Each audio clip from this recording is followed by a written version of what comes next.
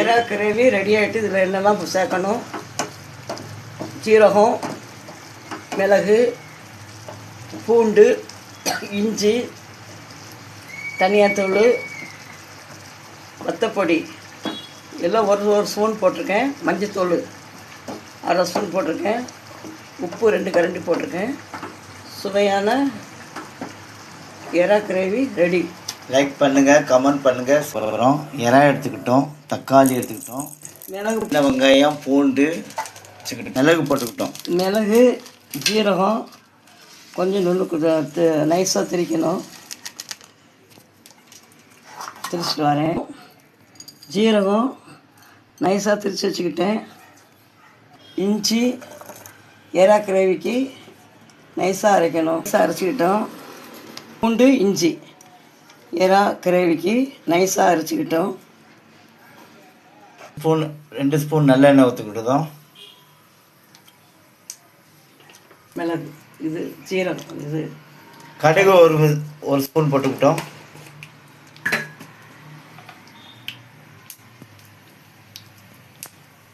பெரிய வெங்காயம்,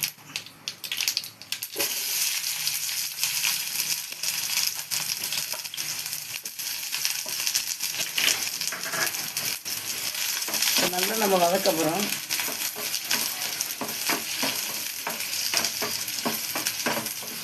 எண்ணெயில் நம்ம நல்லா வதக்கணும். அதையும் நம்ம நல்லா வதக்கணும்.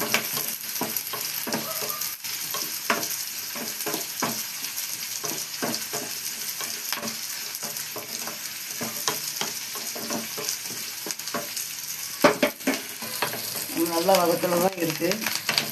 1 ஸ்பூன் உப்பு போட்டுக்கிட்டேன். வதக்கணும். தக்காளி போட்டுக்கிட்டேன்.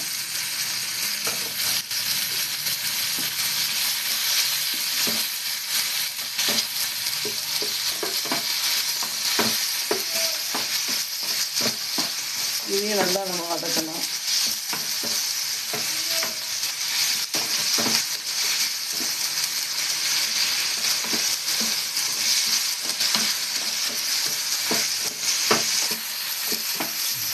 இப்போ நல்லா வதக்கிட்டே இருக்கணும்.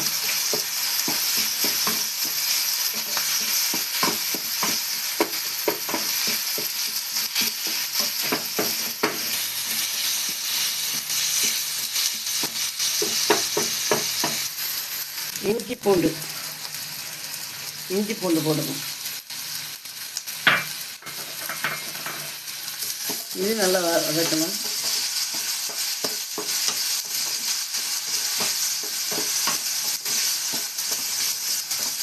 நல்லா பச்சை வடை போகணும்.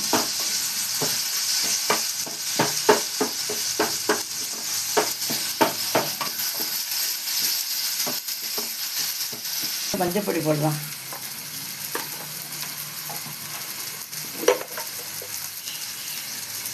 வத்தப்பொடி போடலாம்.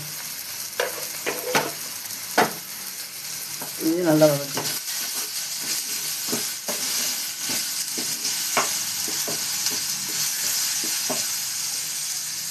கொஞ்சம் போட்டால் போதும். இது நம்ம நல்லா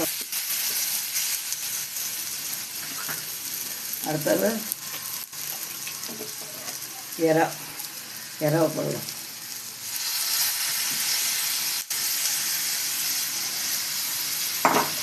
அதையும் நம்ம வதக்கிடலாம்.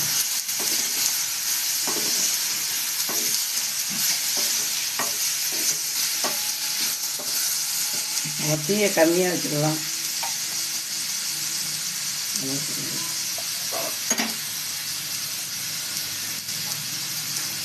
ஜீரகம், மிளகு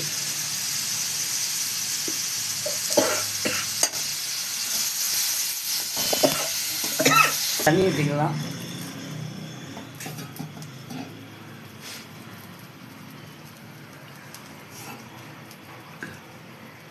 இதை நம்ம நல்லா நேரம் நல்லா வந்துட்டுருக்கு. இப்போ அடுத்தது மீன் கறி. வத்தப்பொடி எல்லாம் ஒரு ஸ்பூன் போட்டிருக்கேன். மஞ்சத்தூள் அரை ஸ்பூன் போட்டிருக்கேன். உப்பு 2 கரண்டி போட்டிருக்கேன். சுவையான எறா கிரேவி ரெடி.